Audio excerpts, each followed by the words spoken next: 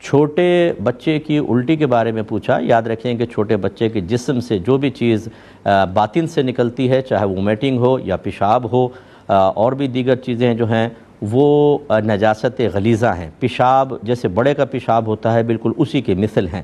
تو یہ الٹی وومیٹنگ جو بچہ دودھ کی بعض اوقات سفید دودھ کی الٹی کر دیتا ہے جب پیتا ہے، یہ بھی نجاست غلیظہ ہے اور پیشاب کی مثل ناپاک ہے۔ لہذا اگر کپڑوں پر جیسے یہ ایک ہتھیلی ہے، اس میں آپ پانی ڈالیں، قطرے گرنا شروع ہو جائیں تو رک جائیں۔ جتنا یہ ہے ہتھیلی کے اندر، یہ 1 درہم کہلاتا ہے۔ اگر وہ بچے کی وومیٹنگ 1 درہم سے زیادہ ہے پھر تو نماز ہوئی نہیں۔ اگر 1 درہم کے برابر ہے تو نماز ہو گئی، لیکن واجب العیادہ ہے، دوبارہ پڑھنی ہوگی۔ اور اگر 1 درہم سے کم تھوڑی بہت الٹی لگی ہوئی تھی، نماز ہو جائے گی، خلاف سنت ہوگی، ثواب میں کمی ہوگی، لیکن نماز کے لوٹانے کی حاجت نہیں ہے۔ اور اس میں بھی افضل اولا یہی ہوتا ہے کہ پہلے صاف کیا جائے۔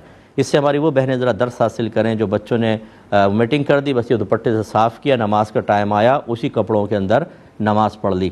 یا جو عوام میں معروف ہے کہ چھوٹے بچے کا پیشاب تو پاک ہوتا ہے۔ کس نے کہا کہ پیشاب پاک ہوتا ہے؟ نبی کریم نے ہر قسم کے پیشاب کو ناپاک قرار دیا ہے۔ اور یہ جو روایات میں آیا کہ بعض اوقات لوگ بچے کو سرکار کی گود میں دے دیتے، بچہ پیشاب کر دیتا تو سرکار پانی لے کے اس پہ چھڑک دیا کرتے تھے، تو یہ اس سے ایک نتیجہ نکالا بعض نے کہ شاید بچے کا پیشاب پاک ہوتا ہے، دیکھیں دھویا نہیں، صرف چھڑک دیا۔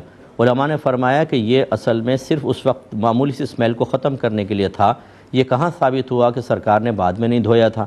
کیونکہ جو پیشاب کے ناپاک ہونے کی احادیث ہیں وہ مطلقاً ہیں۔ مطلقاً مینز وداؤٹ اینی کنڈیشن، اس میں بالغ نابالغ کی کوئی قید نہیں ہے۔ وَاسْتَنزِهُ مِنَ الْبَوْلِ فَإِنَّ عَامَّةَ عَذَابِ الْقَبْرِ مِنْهُ، سرکار نے فرمایا کہ پیشاب کی چھینٹوں سے بچو، کیونکہ اکثر عذاب قبر پیشاب کی چھینٹوں کے باعث ہی ہوتا ہے۔ تو لہٰذا یہ ناپاک ہوتا ہے، اس کا اچھی طرح خیال رکھیں۔